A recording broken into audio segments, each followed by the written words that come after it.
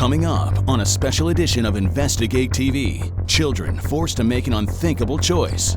It's shocking. Train stalled for hours, forcing elementary school kids to risk their lives just to get to class. It's heartbreaking, terrifying. This is not something that should be happening in the United States of America. And first responders trapped by blocked crossings, losing precious moments. This is life and death. Investigate TV and our partner, ProPublica, expose a potentially deadly hazard that puts lives in danger. Multiple emergency responders were delayed this morning, all due to parked train on the tracks. Incidents happening across the country as rail operators push the limit. So this is a deliberate and specific example of rail companies putting profits over safety. Absolutely. Tonight, we look back at our series of stories fueled by these stunning images. A series holding one of the country's oldest industries accountable. We did it. You did it. We got the message out. Compelling major companies to act. This action could save lives. It will save lives, no doubt about it. And pushing political leaders to change laws to protect lives. This is more than an inconvenience. This is dangerous. Here is Josie Sturman with Railroaded. For the last 9 months, Investigate TV and ProPublica have been digging into a life-threatening problem that impacts towns and cities across America, blocked crossings. And just weeks ago, a new video showing a child forced to jump from a moving train has once again thrust this critical issue into the national conversation we began in April. That's when our investigative teams first reported that thousands of times each year, trains roll into communities across the country and stop for hours or even days, cutting off whole neighborhoods, holding them hostage. Trains that block crossings not only cost ambulances and fire trucks critical minutes when they're responding to emergencies, they also create dangerous barriers for children trying to get to school, forcing kids in communities nationwide to crawl under and over trains just to get to class. It's the kind of moment that takes your breath away. A little girl in a bright red coat, tiny arms and legs wiggling underneath a train car that could move at any moment. This is a situation that would usually send people running. But in Hammond, Indiana, there's no commotion, no cry for help when an elementary school student crawls between the tracks. It's quiet as she dusts herself off, casually picks up her book bag and a dropped water bottle, and carries on. Her book bag could have got caught, her jacket could have got caught, the train could have started moving while she caught. Moments like this still shock Akeisha Henderson, who moved here nearly 3 years ago. You better start moving, that thing's gonna move any second now. A few months ago, she started recording them, posting on social media, showing the world what normal looks like in a city where trains may block the street for hours at a time. There's no end this way that we can cross over. It's too far down. Leaving kids with no choice but to take their chances, tangling with the steel beast that often stands in their way to school. I know they're used to it, I can tell. Because it's like they didn't hesitate to do it. They didn't pause and think. They're just like, okay, we're just going over. Like, it was nothing to them. It's a harrowing situation people in this community say has become commonplace, with parked trains blocking people and cars from crossing several times a week. Industry experts tell us trains generally stop like this because their crews have reached the maximum hours they can work, or because of rail switching practices which impact when and where trains can move. When they finally do, we saw there's little notice given. It's heartbreaking, terrifying. Our national investigative team and our partner, ProPublica, repeatedly saw why, watching a teenage student running late, hefting his bike through stalled train cars on his way to school. Crowds of elementary kids gathering to see if a train would move before they had to file across one by one to make the morning bell. Parents helping their children with the big jump. And even that little girl in the red coat crawling alone to the other side of the tracks, where a crossing guard waits just 2 blocks down the street to personally guide students safely through the next intersection on their route. The middle school is right here where the sign is at, and straight down the street is the high school, Morton High School. The trip to attend them, often a risky one, captured on a mother's cell phone in hopes the footage would finally help to change things. Someone else needs to see this. Look at that little bitty baby. What do you think when you see that? I think it's outrageous. We took the video to members of Congress. When you saw that video, what was your reaction? It's shocking. And Transportation Secretary Pete Buttigieg. It's exactly why we believe that there needs to be and can be more done about this issue. An issue that impacts communities across the country.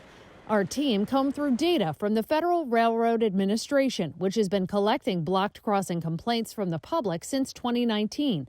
Last year alone, that data shows more than 30,000 reports of blocked crossings across the nation, with Texas, Ohio, Illinois, Indiana, and Tennessee in the top 5 for complaints. Nearly 1,000 reports to the FRA detailed crossings blocked for more than a day, and hundreds of complaints report serious concerns, like pedestrians who climb on, over, or through trains. They also detail an even wider issue. First responders blocked from crossing the tracks for hours at a time or longer. Yeah, Jonathan, actually it's been almost 9 days, according to the mayor, that this train has been stalled here. It's a problem we've found can have serious, sometimes life-threatening consequences, with blocked crossings blamed for injuries, deaths, and devastating delays. You see ambulances get stopped all the time. From the Ohio house fire that kept burning as crews navigated their way around a stopped train. Multiple emergency responders were delayed this morning, all due to parked train on the tracks. To communities in Arkansas, Georgia, Kansas, and Texas dealing with blocked crossings that put lives at risk. There's been a couple kids where it lasted 3 days. Mike Hull understands. When you do know that there's a medical emergency or you do know that there's an active fire, I mean, it's frustrating. He's been a firefighter for more than 20 years and is now union president in Hammond, where he says police officers, ambulances, and fire trucks are forced to find ways around stalled trains on a weekly basis. In other towns and cities across the U.S., long, slow-moving trains that go on for miles also freeze first responders. Even in a crisis, though, they have no authority to make sitting trains move or to limit how long lengthier carriers block crossings. The Federal Railroad Administration doesn't either, with no federal laws related to blocked crossings. For decades, it was states that had control over what happened on the rails.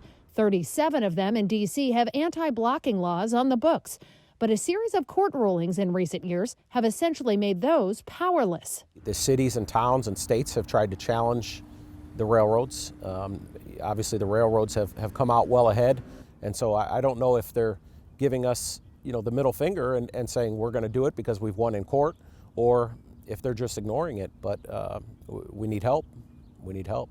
That help could come from the Supreme Court, with attorneys general from across the country arguing the high court needs to decide once and for all who's really in charge of regulating the rails when it comes to blocked crossings.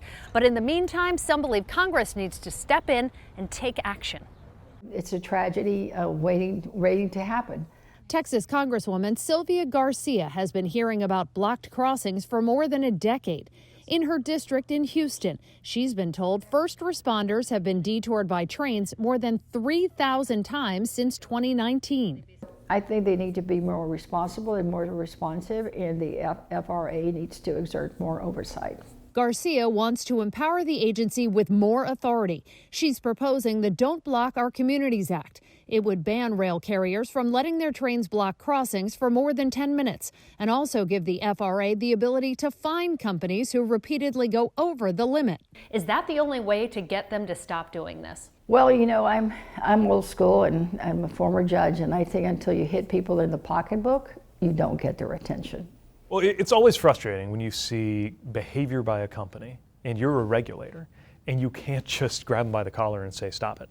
Secretary Buttigieg believes this is the moment for Congress to act and give the FRA, which falls under his umbrella, the legal power to directly regulate blocked crossings. But he's not waiting for solutions. He's funding them. The Transportation Department is handing out $3 billion as part of a first-of-its-kind grant program for projects across the country that make crossings safer or get rid of them altogether. If we can target those resources to where there is the most inconvenience or the most danger, then that's going to be a big win for the communities that are impacted. Many of them low-income communities of color, whose residents say they feel helpless, wanting the rail industry to be proactive when it comes to their safety. Does someone have to die in Hammond or in one of these other cities for them to take action and be serious about solving this? Well, it shouldn't come to that. It shouldn't require that. But what we have seen is that the strongest public reaction happens when it's too late for the people who are impacted. The Association of American Railroads, an industry lobbying group, says safety will always be their top priority, with their members committed to being responsible community partners. The group pushed for the program to eliminate crossings and generally agrees that stopped trains are not good for communities or their business. That's why rail companies use a variety of strategies to minimize them. If those strategies are being used in Hammond, Indiana, our team didn't see them in action. A Norfolk Southern train sat blocking crossings for at least 4 hours during the busy morning rush, echoing what we've repeatedly heard from the community. FRA data shows Norfolk Southern is in the top 3 when it comes to reported blocked crossing incidents, with more than 15,000 since December 2019. Although the company originally agreed to an interview with InvestigateTV and ProPublica, they canceled abruptly, citing a family emergency. Instead, a spokesperson sent written responses, saying part of the issue in Hammond is that particular crossing is between intersections with other railroads that require permissions to move through. Plus, the trains are headed to nearby Chicago, the nation's busiest rail hub. In a statement, a spokesman wrote, "We are actively working to identify an area where those trains can stage further down our line and have less impact," and saying they share the concerns of the community when it comes to the danger of climbing on or through trains. When it falls on deaf ears after so many years, you can't feel any other way, but that they just don't care. Mike Hall feels just like many people we've heard from in Hammond, that trains that clog the city, creating delays and potentially deadly hazards, are just a way of life. Something children, like the little girl in the red coat, have to go through or even under when they're railroaded by a system that leaves them no choice. Coming up on Investigate TV. We did it. You did it. We got the message out. I know that article made a big difference. I know it did. I'm not even going to say I think it did.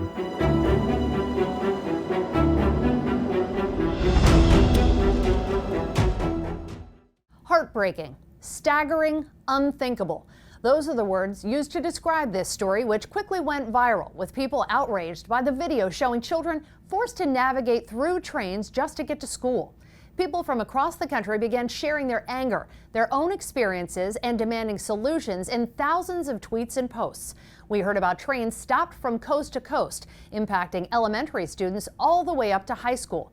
From Cincinnati to Miami, Baltimore to Los Angeles, public outcry about this situation fueled calls for action online, with people saying that finding a solution to blocked crossings should be a priority, telling lawmakers and regulators to get on board with fixing the problem so kids don't have to risk their lives. Almost immediately, policymakers began answering the call, with that video at the center of discussions to fix blocked crossings in many communities, including Hammond, where it all started. In the hours after we published our story, Hammond officials held a meeting to talk about a proposed overpass designed to help deal with blocked crossings. Our team was there as residents debated the solutions, getting heated as they highlighted our reporting, which put their city at the center of a national conversation about blocked crossings. And it put their alarming situation, which has been unresolved for decades, on the radar of Transportation Secretary Pete Buttigieg. We did it. You did it. We got the message out. It's always the media that has to do our homework. We need that exposure. That exposure put this story into homes and offices across the country, including the one belonging to the CEO of Norfolk Southern, the rail carrier that's consistently blocked crossings in the city of Hammond. I talked to the CEO of Norfolk Southern the day after that article came out, and I hadn't talked to the CEO of Norfolk Southern in 20 years. Without that article, without the attention that we're getting on this issue, Norfolk Southern is not talking to the mayor of the city of Hammond. My impression is he really cares about this. He was horrified just like the rest of us, and he wanted to help solve the problem. Mayor Tom McDermott tells us they started working cooperatively on solutions almost immediately, with Norfolk Southern starting a pilot program that includes curfews that keep trains from blocking crossings during the morning and afternoon school rush, and sending out email blasts to let the community know when trains will be stopping. But even more promising, McDermott says he's been in talks with Norfolk Southern CEO Alan Shaw about building a $5 million pedestrian overpass that will make it possible for children to cross the tracks safely. They're still working out the terms of a memo of understanding, but the mayor says he's confident the project will happen, with the company contributing the bulk of the cost. It's massive progress to solve a problem McDermott says he's been trying to fix since he took office nearly 20 years ago. I know what the difference is. It's the power of the press. There's no doubt about it. If I asked the CEO of Norfolk Southern without that article for $5 million to build a pedestrian bridge, I don't think I would even gotten the phone call. So I think I know that article made a big difference. I know it did. I'm not even going to say I think it did. The impact of this story isn't limited to one city. Our reporting created a ripple effect, with lawmakers in Indiana and beyond calling for action. The day after our story hit the internet, a group of Indiana lawmakers, some of whom represent the community featured in our story, began writing Secretary Buttigieg demanding change.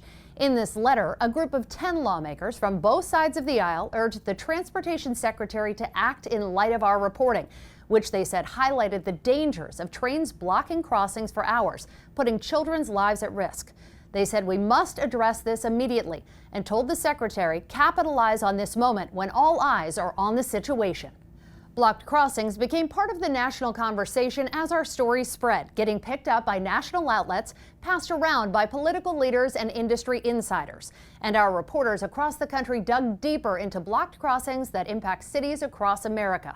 Apple News, Axios, National Public Radio, PBS, and Politico are just a few of the outlets that have showcased our reporting. And our team of journalists in cities across the country began digging into the problem in their own communities, showing what happens when blocked crossings paralyze their towns. Using data and tools provided by our team, they uncovered the biggest hotspots for this issue in their own neighborhoods. With so many complaints about blocked railroad crossings, we decided to look into it. 277 total complaints have been filed within Wichita. 271 times, those trains blocked traffic for at least an hour. Last year, crews were delayed 15 times by a train. We've been out here for more than half an hour already. The train was stopped when we got here, and so far, no signs that it's going to get moving anytime soon. It's happening everywhere, including here in Georgia. In the last 3 years, there were 206 complaints made in Atlanta alone. Those stories, which built off our original reporting, helped to raise this issue at the highest levels of government. Coming up on InvestigateTV. What we showed you, it stunned you. It's unbelievable.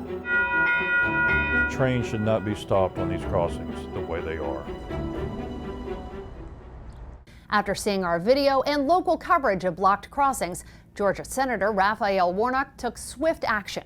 Just 2 weeks after our story was released, he successfully lobbied for the addition of provisions related to blocked crossings, putting them into a fast-moving rail safety bill speeding through Congress. Senator Warnock says the video was a wake-up call. Children playfully crossed the tracks in Hammond, Indiana, looking carefree with summer vacation just days away. It's a stark contrast to months ago when stalled trains blocked their path to and from school, forcing kids to make an unthinkable choice, be late to class or crawl under or through train cars to get there. What we showed you, it stunned you. It's unbelievable. U.S. Senator Raphael Warnock reacting to video captured as part of an InvestigateTV ProPublica investigation, putting blocked crossings at the center of a national conversation. I think it's important that more people become aware of this. I think a lot of people aren't aware of this. The Georgia Democrat taking action to make people aware, citing our reporting, which showed lives at risk across the country, with neighborhoods cut off, first responders delayed, and children taking chances with stopped trains, all because of blocked crossings. This is more than an inconvenience. This is dangerous. Children shouldn't have to risk their lives to get to school and encounter this literal kind of barrier. Just weeks after our report, Warnock took action to change that, successfully introducing provisions in the Rail Safety Act that's moving swiftly through Congress. The senator's amendments put crossings near schools or on school bus routes at the top of the list for grant funding designed to eliminate dangerous crossings, making sure they get special attention. And they also create a process that allows people to directly communicate blocked crossings to rail carriers. Right now, the Federal Railroad Administration collects those complaints from the public, with tens of thousands reported each year, but it has no authority to regulate the problem. But I'm not going to stop there. I'm going to keep building on this. If these large railway corporations are able to act with impunity and no penalties, no accountability, this is what you get. We have to hold them accountable. This is not something that should be happening in the United States of America. Trains should not be stopped on these crossings the way they are. Jared Cassidy is the chief of safety for SMART, the union that represents train conductors and engineers, which reached out saying it wanted to highlight our reporting in nationwide training and awareness campaigns about the dangers of blocked crossings. If there is one thing that can fix it, I firmly believe this video speaks to that. Cassidy says trains seen blocking crossings for hours or days in communities across the U.S. could be separated in what he calls a fairly simple process, but rail companies often choose not to do it. It's not a big deal, but the railroads, because they want the train to move when they want the train to move, they don't want to have to deal with the time of the conductor walking. They don't want to have to lose the time of putting or separating it and putting it back together. So this is a deliberate and specific example of rail companies putting profits over safety. Absolutely. The Association of American Railroads, which reps rail companies, says separating trains can lead to some crossings being blocked for longer while the train is rebuilt, and that it can also pose increased risk for injuries. The organization says safety is always the top priority, but Cassidy says that's not what they see in action. SMART wants to see tougher regulation of blocked crossings and the long trains that often create them, leading to tragedy on the tracks. Too many have already died, too many have already been impacted, too many have already been harmed. One was too many, and this is something that has to be corrected. We cannot allow it to continue.